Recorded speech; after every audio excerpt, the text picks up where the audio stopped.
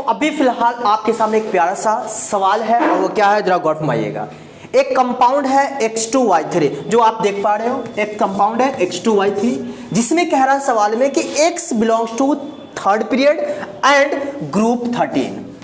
X जो यहाँ पे देख पा रहे हो दरअसल ये थर्ड पीरियड से बिलोंग कर रहा है और ग्रुप कितना से 13 से बिलोंग कर रहा है, जिसमें सवाल में ये भी कह रहा है कि Y belongs to second period. यहाँ पर जो Y देख पा रहे हो ये Y आपका सेकेंड पीरियड से बिलोंग कर रहा है और ग्रुप आप देख पा रहे हो यहाँ लिखा हुआ है ग्रुप 16।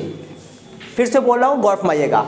X2Y3 एक कंपाउंड है जिसमें X आपका थर्ड पीरियड से बिलोंग कर रहा है ग्रुप 13 से, फिर Y जो एलिमेंट है वो Y आपका सेकेंड पीरियड और ग्रुप कितना 16 से बिलोंग करना है। तो पता लगाना है हमें कि X और Y कौन सा एलिमेंट है, साथ ही X और Y जब आपस में रिएक्ट करेगा तो कंपाउंड कौन सा बनाएगा। जरा गौर फरमाइएगा, बहुत ही प्यारा सवाल है। एक बात मैं आपको बताना चाहूंगा कि पूरे मॉडर्न पीरियड टेबल की अगर हम बात कर लें तो 7 पीरियड और 18 ग्रुप है, 7 पीरियड्स एंड 18 ग्रुप है, जिसमें हम पीरियड जो पहचानते हैं वो हॉरिजॉन्टल रो जो होता है उसको पीरियड कहते हैं, जिसको हिंदी में आवर्त कहते हैं, और साथ ही वर्टिकल जो कॉलम होता है उसको हम ग्रुप कहते हैं, जिसको हिंदी में कहते हैं समूह या वर्ग। ठीक है, तो अब आप एक बात बताइए, यहां पर हमने बोला कि X जो एलिमेंट है वो थर्ड पीरियड से बिलोंग कर रहा है और ग्रुप 13 है। तो जरा बताओ हमें, बचपन में कभी आप पढ़े होइएगा कि अगर वैलेंस इलेक्ट्रॉन आपका 1 है तो बेशक ग्रुप क्या होगा, हमेशा याद रखिएगा 1 होगा, और वैलेंस इलेक्ट्रॉन अगर 2 है तो याद रखिएगा ग्रुप आपका 2 होगा, और वैलेंस इलेक्ट्रॉन 3 है तो याद रखिएगा ग्रुप 13 होगा। फिर अगर 4 है तो 14, 5 है तो 15, 6 है तो 16, 7 है तो 17 और 8 है तो 18। एक बात ही तो हमेशा याद रखिएगा। और साथ में आप जानते हो कि यहां पर सवाल में कह रहा है कि X जो है थर्ड पीरियड से बिलोंग करता है। आप बचपन में पढ़े होइएगा कि फर्स्ट शेल में कितना इलेक्ट्रॉन होता है, तो आप जानते हो 2 इलेक्ट्रॉन होता है। फर्स्ट शेल में 2 इलेक्ट्रॉन, सेकेंड शेल में 8 इलेक्ट्रॉन, थर्ड शेल में 18 इलेक्ट्रॉन। एक फॉर्मूला होता है 2n²। इसी 2n² के अकॉर्डिंगली हम क्या करते हैं, किसी भी शेल में जो मैक्सिमम इलेक्ट्रॉन्स जो एकोमोडेट होता है उसको हम पता लगाते हैं, कौन फॉर्मूला से, 2n² से। तो आप जरा हमें एक बात बताइए, X की जो बात हो रही है, X कितना पीरियड से बिलोंग कर रहा है, थर्ड पीरियड से बिलोंग कर रहा है। इसमें इसका मतलब है कि वो इसके पास 3 ही पीरियड है, और ग्रुप कौन सा कर रहा है, ग्रुप है आपका 13। तो आप हमें जरा बताओ, हमने यहां ग्रुप का चर्चा किया है कि ग्रुप 1 है इसका मतलब वैलेंस इलेक्ट्रॉन 1 है, ग्रुप 2 है इसका मतलब वैलेंस इलेक्ट्रॉन 2 है, ग्रुप 3 है, ग्रुप 13 है इसका मतलब वैलेंस इलेक्ट्रॉन 3 है। तो आप जरा बताइए, हम X की बात किए हैं और X हमने बोला ग्रुप 13 है, इसका यह मतलब होता है कि उसका वैलेंस इलेक्ट्रॉन कितना होगा।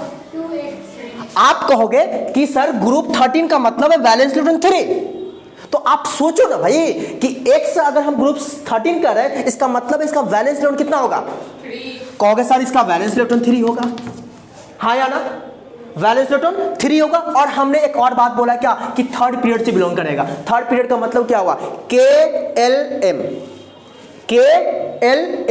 और 3 वैलेंस इलेक्ट्रॉन है, यानी 3 जो वैलेंस इलेक्ट्रॉन जो है वो लास्ट शेल में एंड करेगा, तभी तो उसको वैलेंस इलेक्ट्रॉन कहेंगे। इसका मतलब हमें जरा बताओ किस शेल में एंड करेगा, K में या L में या M में, तो कहोगे सर M में, क्योंकि वैलेंस इलेक्ट्रॉन क्या होता है, लास्ट शेल में जो इलेक्ट्रॉन एग्जिस्ट करता है। तो इसका वैलेंस इलेक्ट्रॉन कितना है, 3 है, शेल कितना है, 3। तो अब हमें पता चला कि वो एलिमेंट X क्या हो सकता है। आप कहोगे सर वो एलिमेंट आपका एल्युमिनियम होगा। कौन एलिमेंट होगा, नहीं समझे कैसे, अरे भाई एल्युमिनियम का एटॉमिक नंबर 13, 2, 8, 3 शेल भी है, यानी थर्ड पीरियड भी हो गया, और ग्रुप कितना हो गया, वैलेंस इलेक्ट्रॉन 3 है तो ग्रुप कितना हो गया 13, यानी कि एल्युमिनियम को बता रहा है। अब कहोगे सर 3 वैलेंस इलेक्ट्रॉन तो आपका बेरिलियम का भी हो सकता है, सॉरी बेरिलियम का है, बोरॉन का भी होगा, जिसका एटॉमिक नंबर 5 है, 2, 3, तो 3 से तो 13 ग्रुप आएगा। तो सर बोरॉन होगा क्या, बोरॉन नहीं होगा, बोलो काहे, क्योंकि इसमें पीरियड 2 ही है। हमने यहां सवाल में कितना बोला है, पीरियड 3। इसका यह मतलब होता है कि आपका वो एलिमेंट कौन होगा, एल्युमिनियम होगा। तो एक्स की बात क्लियर हो गई। अब चलते हैं वाई पर। वाई में हमारा क्या करा है, वाई आपका सेकेंड पीरियड से बिलोंग करा और ग्रुप है 16। तो आप जरा हमें बताओ वाई की अगर हम बात कर ले तो वाई 16 ग्रुप से बिलोंग कर रहा है, इसका मतलब वैलेंस लोड कितना, वैलेंस लोड 6। तो 6 वैलेंस इलेक्ट्रॉन कौन कौन होता है सोचना है पहले।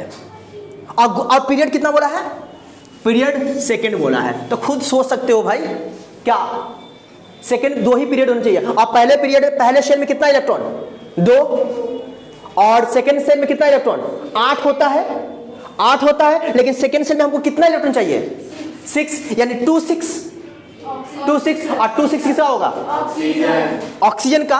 तो यानी वाई ऑक्सीजन हो गया। अब तुम कहोगे सर 6 वैलेंस इलेक्ट्रॉन वाला सल्फर भी होता है।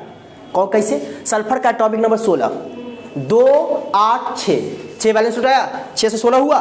लेकिन एक बात वहां पे कंट्राडिक्ट होगा, क्या, पीरियड तो है यहाँ पर हमारा कितना, 2 ही, लेकिन सल्फर का पीरियड कितना होता है, 3। इससे सल्फर हो सकता है, नहीं होगा। कौन एलिमेंट होगा, ऑक्सीजन। अब हमें जानना है कि एल्युमिनियम और ऑक्सीजन से मिलकर कौन सा कंपाउंड बनेगा। आप बचपन से जानते आ रहे हैं कि एल्युमिनियम और ऑक्सीजन से मिलकर कंपाउंड बनाने का तरीका क्या होता है। एल्युमिनियम यहां लिखते हैं, ओ यहां लिखते हैं।